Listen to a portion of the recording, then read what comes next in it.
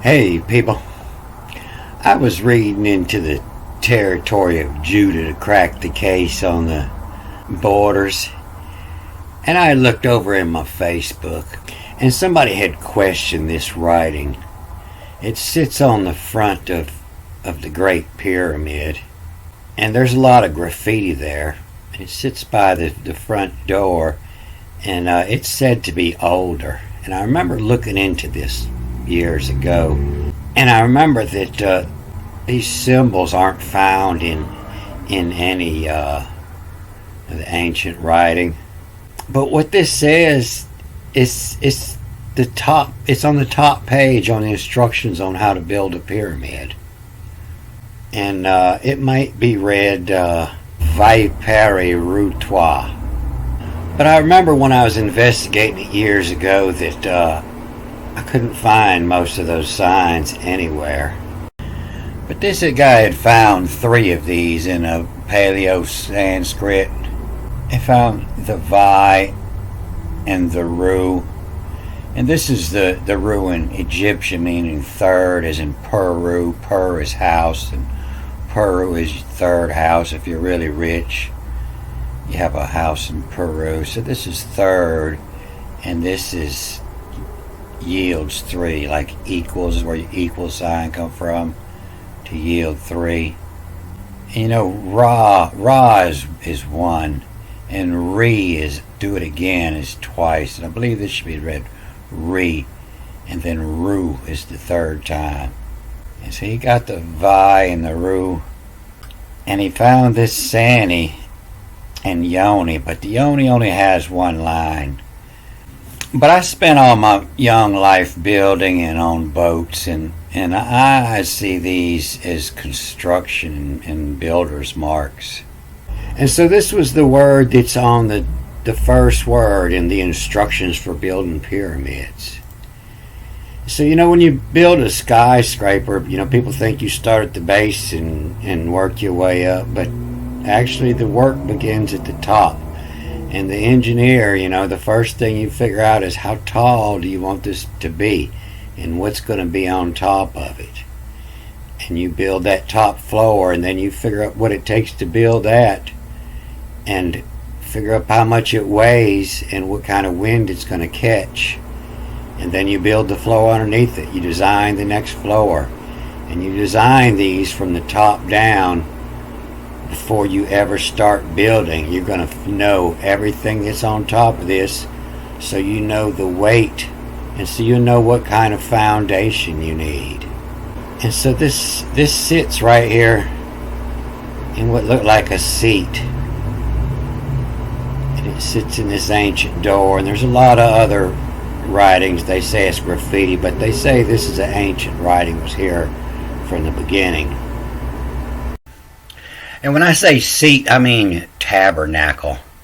And I don't mean tabernacle as the chair where the high priest sits. But I mean tabernacle is the place where the base of this boom sits. Into the tabernacle. And that's why you see all this reinforcement and weight here. And the butt of this boom would sit in here, hold it in place while they were lifting. So when I look at this, you know, it looks like a vav, connect, the perimeter. You know, perimeter comes from peri, meaning to encircle. You know, we call it a circumference around a ball, but it comes from the word peri, meaning to encircle. And so connect the perimeter. The connected perimeter yields 3 times, equals 3 times, twice the height. And that's why the Yoni has extra line in here. The connected perimeter yields 3 times, twice the height. So this Great Pyramid of Giza, you know, it has a height of 146.6 meters. And then so twice the height be times 2.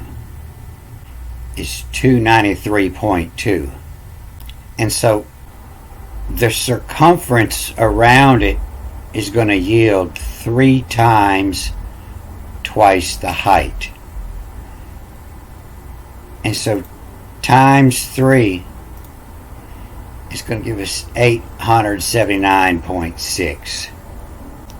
And so the perimeter, is 4 times. You're measuring 4 sides of a square. So if you divide that by 4, it's going to give you 220 meters. And so in order to build a pyramid at 146.6 meters, you would have to start the base at 220 meters. So the base is at 230 meters. And so that's often something we do in construction. If we figure in a job, we figure it all up and we add 15% for just in case and for mistakes, for a weakened rock, for something, a problem that wasn't seen, we add 15%. So the base is at 230 meters. So it looks like they just added 0.5% times 1.05 plus 5%. 230 meters is the base, to give you a 5% safety factor to build to a height of 146.6 meters.